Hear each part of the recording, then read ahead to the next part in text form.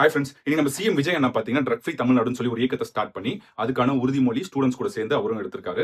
And then இதுக்கு ஒரு சில விமர்சனங்கள் என்னன்னு பார்த்தீங்கன்னா, இந்த மாதிரி இவங்களே வந்து சரக்கு ஆன்லைன்ல விற்கிறது என்கரேஜ் பண்ணுவாங்க. ஒரு பக்கம் என்ன ட்ரக் ஃப்ரீ தமிழ்நாடுன்னு சொல்லி பேசுறாங்கன்னு சொல்லி சொல்றாங்க. அண்ட் அவங்களுக்குலாம் நான் சொல்லிக்கிற ஒரே விஷயம் என்னன்னு பார்த்தீங்கன்னா, ஒரு ஒயின் ஷாப்ல போயிட்டு நீங்க மதுன்னு சொல்லிட்டு ஒன்று வாங்கினா கூட அதுக்குன்னு சொல்லிட்டு ஒரு வயசு வரம்பு இருக்கு, ஓகேங்களா?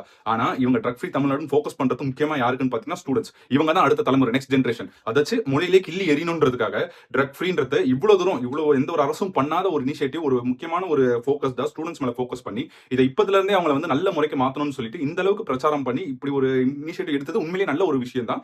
ஏன்னா இவங்க இப்பதுல இருந்து மாறினா தானே அடுத்தது நாளை தலைமுறை வந்து ட்ரக் ஃப்ரீ சொசைட்டியா இருக்கும், ட்ரக்ஸுக்கு அடிக்ஷன் ஆக மாட்டாங்க, நல்ல முறையில வளருவாங்க. அண்ட் இன்னொன்னு என்னன்னு பாத்தீங்கன்னா, எல்லாம் சொல்றாங்க இந்த மாதிரி வந்து மாணவர்கள் அவங்களாம் தான் வந்து அவங்க பேரண்ட்ஸ் வந்து இது பண்ணி மேனிபுலேட் பண்ணி ஓட் போட வச்சாங்கன்னு சொல்லிட்டு. ஏன் அதை பண்ண முடிஞ்ச மாணவர்களுக்கு மேனிபுலேட் பண்ணி இந்த மாதிரி ட்ரக்ஸ்ல இது மாதிரிலாம் இருக்கு, இது மாதிரி தப்பு, இந்த மாதிரி பண்ணாதீங்கன்னு சொல்லிட்டு அவங்க பேரண்ட்ஸ் கிட்ட சொல்லி அவங்க நல்ல வழி கொண்டு வர முடியாதா?